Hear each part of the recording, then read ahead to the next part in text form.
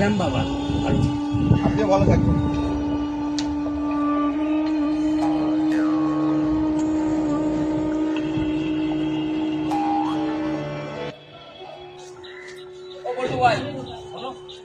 কি হয়েছে গো?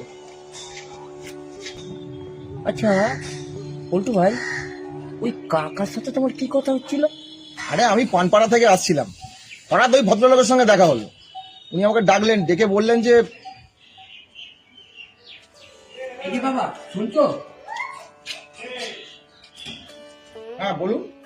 আমি 3 দিন ধরে কিছু খাইনি, খুব খিদে। আজকে দুপুরে যদি তোমার বাড়িতে ভাতটা খাও তাহলে আমি খুব খুশি হব। ও আচ্ছা, তো চলুন না, আমি আপনাকে হোটেলে গিয়ে ভাত খাইয়ে দিচ্ছি। আমি হোটেলে রান্না খাই না, আমার সহ্য হয় না। কি সব বাজে তেল মশলা দিয়ে রান্না করে। ঠিক আছে, চলুন আমার সঙ্গে, দুটো ভাত তো খাবেন। আর তোমাদের বাড়িতে কি রান্না হয়েছে? ওই ভাত, বোধহয় বিউলির ডাল, লাল শাক আর বাঁধাকপির তরকারি। এই যা, মাছ হয়নি? আমি তো মাছ ছাড়া খেতে পারি না। না আসলে আজকে আমাদের মাছ হয়নি,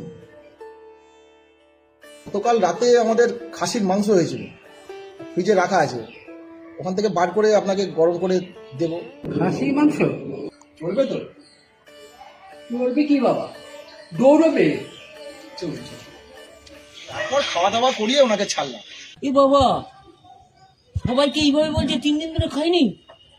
আর সকালেই তো আমার বাড়ির চারপাশে ঘুরঘুর করছিল।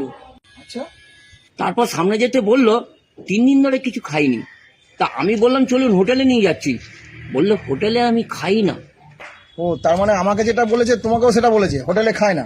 হ্যাঁ, তাহলে বলছিটা কি? তারপর বাড়িতে নিয়ে গিয়ে ভালো গিয়ের মজমজে পরোটা আর ছোলার ডাল খাওয়ালাম। সে কি গো? ও বেটা সেয়ানা বুড়ো, সবাইকে বলে বলে এইভাবে খাচ্ছে। থাক, ওভাবে বলো না, বয়স্ক মানুষ খেয়েছে তো কি হয়েছে, খাক। না হয় একটু মানব সেবাই করলে। ভাবো না, আমার হয়তো ছেলে মেয়েরা আছে, তারা ওনাকে দেখে না, কিংবা ওনার সেই সামর্থ্য নেই যে একটা বৃদ্ধাশ্রমে গিয়ে থাকবে। সেটাও ঠিক কথা বলটু ভাই।